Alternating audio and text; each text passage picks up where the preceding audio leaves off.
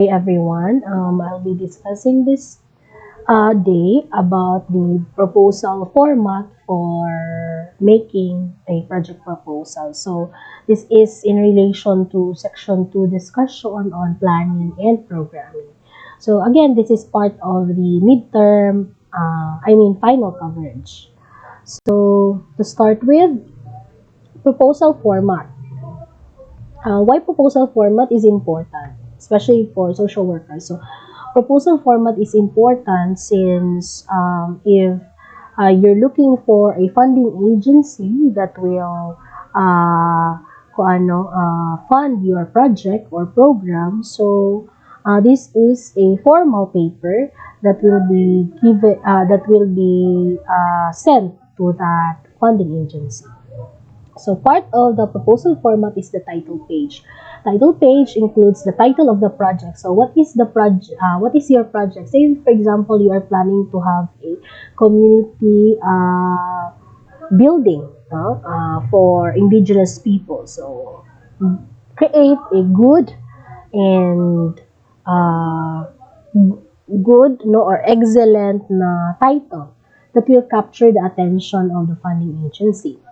Name of the person applying for funds. It could either be an entity or an organization of which you are working with, or a a person applying for the funds. Name of the organization sponsoring the proposal, and the length and date of the project. So of course, length and date is very important so that it can be evaluated at the same time there is a target. That will also be part of ma-determine ang resources, especially monetary resources to be allocated. Second part of the proposal format is the proposal summary. This includes the abstract or synopsis. So, abstract and synopsis is very important. So, this is a descriptive type, no, as ang proposal summary. So, it should be concise in the description of the proposed project. It should be clear and specific and present the main features and explain the importance of the project. So, concise, clear, and specific in the sense that funding agencies, especially those readers, are very busy. So, make sure that when you create a project proposal, it also captures or directly their attention on the importance of why they will invest or sponsor such project. Third is introduction and background development situation. This includes the proponent identifies himself or herself. So, as a proponent, you should build on your credibility, like identifying yourself. Who are you? Who are you in the agency? Why is it that you have the heart to help these people create, say for example, community building, organization's goals and activities, and how it is started, and the uniqueness and accomplishment of the organization or their best features. You can include here the history or the historical background of your agency, as well as different accomplishments that you were able to have. Next is the project statement or assessment of need. In making the this makes the logical connection between the organization's background and the problems and needs that are to be resolved. So, it should be that when you are making a proposal, before the introduction of the problem, there should be a connection of your organizational purposes as well as the problems and needs. So, say for example, your project is on building a community welfare center.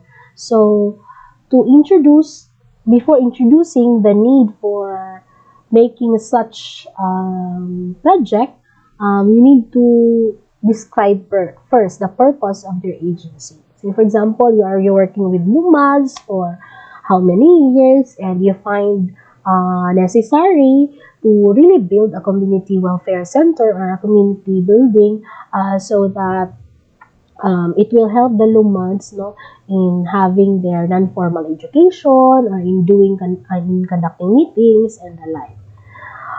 Fifth is program, project goal, objectives, and beneficiaries. So, This is a logical flow from one sector to another. The program objective should be specific, measurable outcome of the program. It describes the connection between the what and the why. So, logical flow. There should be a clear objectives in your agency as well as clear goal. So, example, your goal is to help educate the Lumads or the indigenous peoples of Bukidnon. So that is your goal, very broad, but specifics, how to educate them. Number one is to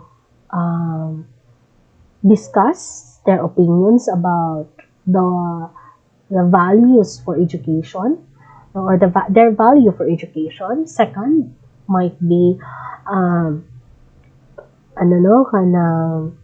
establishing facts or information about these people, in terms of their educational background.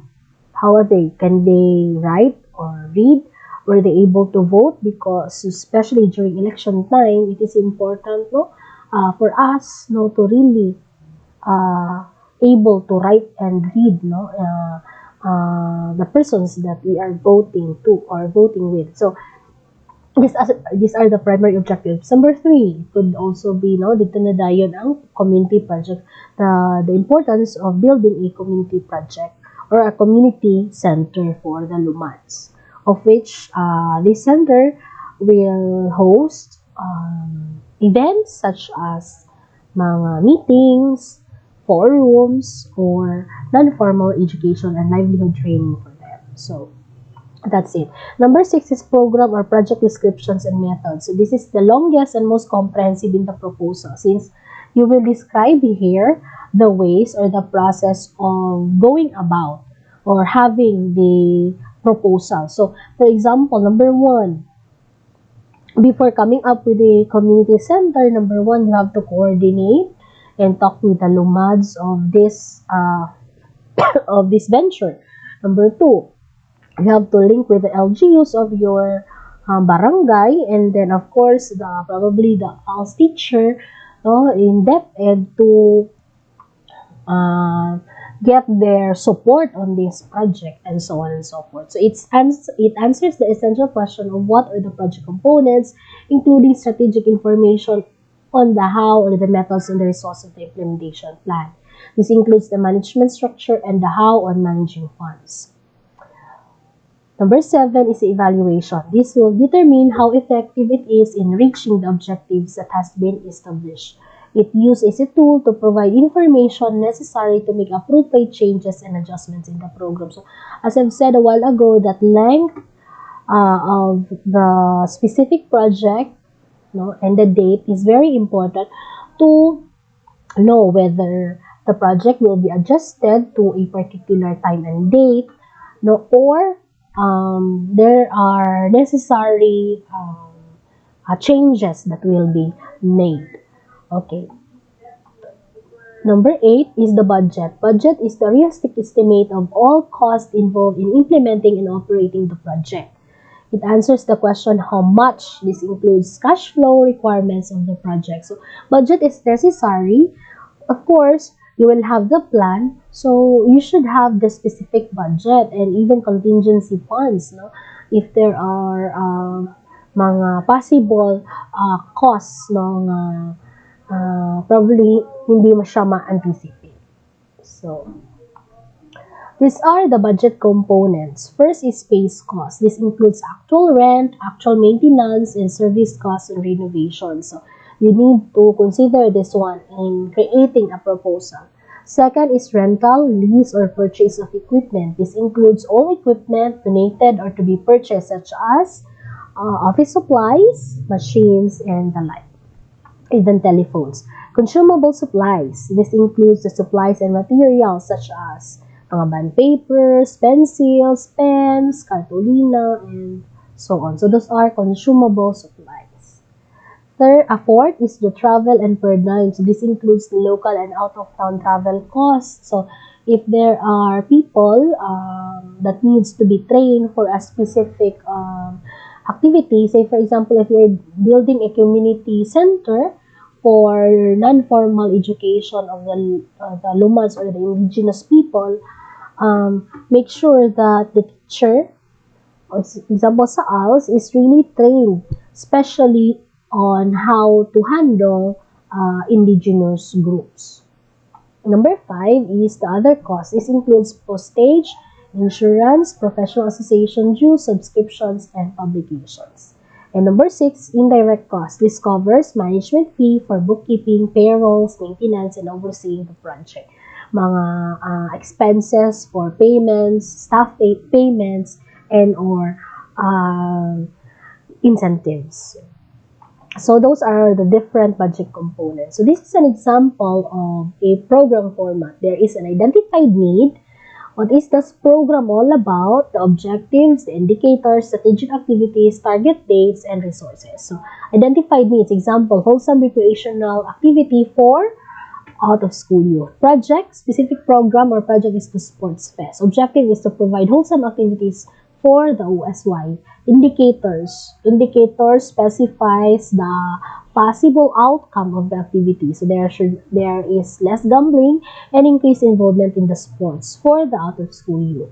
Strategic activities, meeting with the barangay leaders, and I changed this because Telmali said Kabataang Barangay, but it's no longer Kabataang Barangay now. It's Sangguniang Kabataan. Organization of committees to recruit participants and training of participants. The target is May 1st. This is only an example na the resources or the responsible organizations and persons are the JCs and Lions Club. So this is an example of a proposal format or program format, but the details there is embedded in yung mga diniscuss ko kanina na descriptive na type. So that's all for the section 2, planning and programming. Thank you and have a great day.